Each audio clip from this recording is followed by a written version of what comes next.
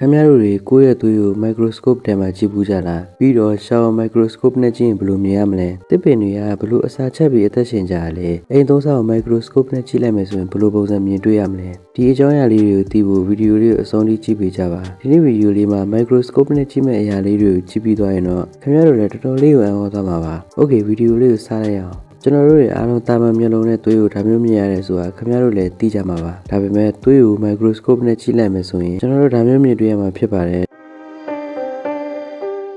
ထပ်ပြီး zoom ဆွဲလိုက်မယ်ဆိုရင်တော့ဒီလိုလေးမြင်တွေ့ရမှာဖြစ်ပြီးကျွန်တော်တို့သွေးထဲမှာရှိတဲ့ဘက်တီးရီးယားတွေကိုလည်းမြင်တွေ့ရမှာဖြစ်ပါတယ်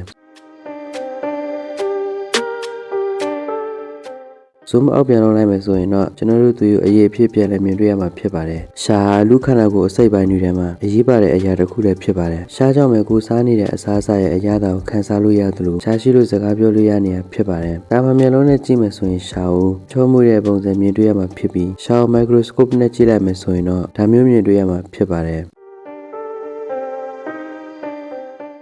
ဆိုတဲ့အရာသာဒီလောကမှာရှိမနေဘူးဆိုရင်လူသားတွေလည်းဖြစ်လာမှာမဟုတ်ဘူးဆိုတာခင်ဗျားတို့လည်းသိကြမှာပါ။ spam ကို microscope နဲ့ကြည့်လိုက်မယ်ဆိုရင်တော့ဒါမျိုးမြင်တွေ့ရမှာပါ။ cell တွေအများကြီးဟိုဘက်ဒီဘက်ပြေးနေရကိုလည်းမြင်တွေ့ရမှာဖြစ်ပါတယ်။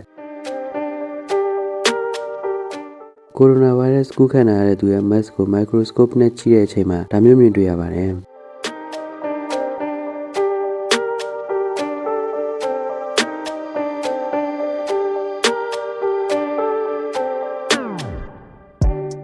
စာအုပ်ဆိုတာလူဘဝမှာမရှိမဖြစ်တဲ့အရာလို့ပြောရင်လည်းမမှားပါဘူး။ဘယ်သူမှစာအုပ်စာရွက်နဲ့မကင်းပါဘူး။စာရွက်ကို microscope နဲ့ကြည့်လိုက်မယ်ဆိုရင်ဒီလိုပုံစံမြင်တွေ့ရမှာဖြစ်ပါတယ်။ဒီလောကမှာဆေးမထိုးဘူးတဲ့သူဆိုတာမရှိပါဘူး။ဘယ်သူမှဆေးထိုးဘူးကြပါတယ်။ဆေးထိုးတဲ့အချိန်မှာဆေးထိုးအပ်နဲ့ထိုးခံလိုက်ရတဲ့အပေါက်ကို microscope နဲ့ကြည့်လိုက်မယ်ဆိုရင်ဒီလိုပုံစံမြင်တွေ့ရမှာဖြစ်ပါတယ်။ဒီပုံကဘာပုံလို့ခင်ဗျားတို့ထင်ကြလဲ။ဒီပုံကတော့ကျွန်တော်တို့ကျောင်းမှာစာသင်ခဲ့ရတော့ကြောက်တဲ့ပုံမှာရည်တဲ့မြေပြူပုံပဲဖြစ်ပါတယ်။မြေပြူကို microscope နဲ့ကြည့်လိုက်မယ်ဆိုရင်တော့ဒီလိုပုံစံမြင်တွေ့ရမှာဖြစ်ပါတယ်။လူသားတိုင်းဟာငိုဘူးကြပါတယ်။လူသားတိုင်းငိုရတဲ့အကြောင်းရင်းက၃ခုပဲရှိပါတယ်။ဝမ်းသာတဲ့အချိန်ရယ်၊ဝမ်းနည်းတဲ့အချိန်ရယ်၊ကြက်သွန်နီဖြတ်တဲ့အချိန်ရယ်၃ခုလုံး microscope နဲ့ကြည့်လိုက်အောင်Okay ဒီပုံကတော့လူတယောက်ပျော်ရွှင်နေတဲ့အချိန်မှာငိုတဲ့မျက်ရည်ပုံပါဒီပုံကတော့ဝမ်းသာလို့ငိုတဲ့မျက်ရည်ပုံဖြစ်ပြီးဒီပုံကတော့ကြက်သွန်နီဖြတ်တဲ့အချိန်မှာကြားတဲ့မျက်ရည်ပုံပဲဖြစ်ပါတယ်ဒီပင်တွေကနေအောင်ကြီးရတဲ့အစာချက်လုပ်တယ်လို့ငယ်တော့အကြောင်းမှသင်ခဲ့ရတော့မတ်မိကြမယ်လို့ထင်ပါတယ်ဘယ်ရတဲ့အစာချက်လုပ်တယ်ဆိုတော့ microscope နဲ့ကြည့်လိုက်ကြရအောင်သစ်ရွက်ကို microscope နဲ့ကြည့်မယ်ဆိုရင်ဒီလိုပုံစံမြင်တွေ့ရမှာဖြစ်ပြီးဒီအပေါက်လေးတွေနဲ့အစာချက်လုပ်တာဖြစ်ပါတယ်။ zoom ထက်ဆွဲကြည့်လိုက်မယ်ဆိုရင်တော့ဒီလိုပုံစံမြင်တွေ့ရမှာဖြစ်ပြီး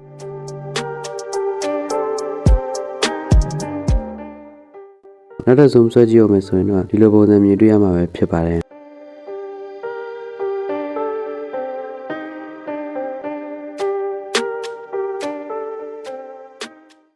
စားဆိုတဲ့အရာဟာအိမ်ထဲမှာမရှိမဖြစ်တဲ့အရာတစ်ခုပါပဲနေ့စဉ်ဘဝရဲ့မရှိမဖြစ်တဲ့အရာဆိုရင်လည်းမမှားပါဘူးဒီစားကိုတာမန်မျက်လုံးနဲ့ကြည့်လိုက်မယ်ဆိုရင်တော့ဒီလိုပုံစံမြင်တွေ့ရမှာဖြစ်ပြီး microscope နဲ့ကြည့်လိုက်မယ်ဆိုရင်တော့ဒီလိုလေးတော့ပုံစံလေးမြင်တွေ့ရမှာဖြစ်ပါတယ် Okay ဒီနေ့ဗီဒီယိုလေးကတော့ဒီလောက်ပါပဲဒီဗီဒီယိုလေးကိုကြိုက်နေတဲ့ဆိုရင်တော့ like share subscribe လေးလုပ်ပေးကြပါအောင်လို့ပြောရင်းနဲ့ပဲအဆုံးသတ်ချင်ပါတယ် Okay နောက်ဗီဒီယိုတစ်ပုဒ်မှထပ်ဆောင်ကြပါအားလုံးပဲ peace ပါ